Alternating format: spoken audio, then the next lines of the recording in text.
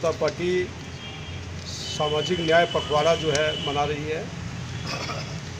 भाजपा का स्थापना दिवस 6 अप्रैल से लेकर 14 अप्रैल तक यह कार्यक्रम चलेगा और 1914 में जब नरेंद्र मोदी की जो पहली सरकार इस देश में चल रही थी तो करीब 1 लाख मकान जो है गरीबों को पूरे देश में जो है मिला था।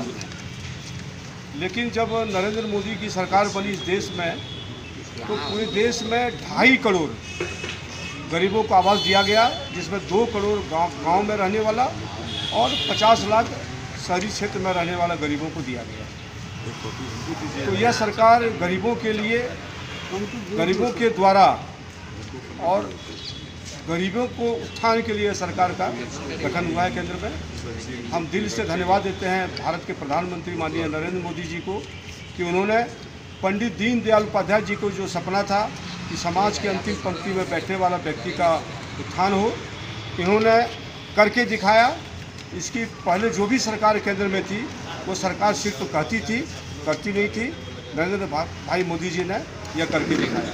धन्यवाद। को आवास नहीं रहने से क्या दिक्कत और तकलीफ हो रही थी।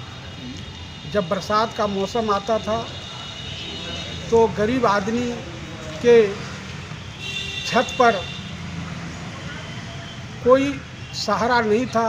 पुआल जो रहता था वह भी उड़ जाता था, तो खजूर का पत्ता या ताल का पत्ता से किसी तरह घर को ढक करके अपना बरसात में जीवन यापन करता था।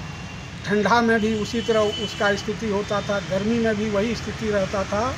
लेकिन जब हमारे देश का प्रधानमंत्री नरेंद्र भाई मोदी बने तो उन्होंने गरीबों के लिए सबसे पहला काम अगर उन्होंने किया तो गरीब आदमी के लिए आवास देने का काम किया।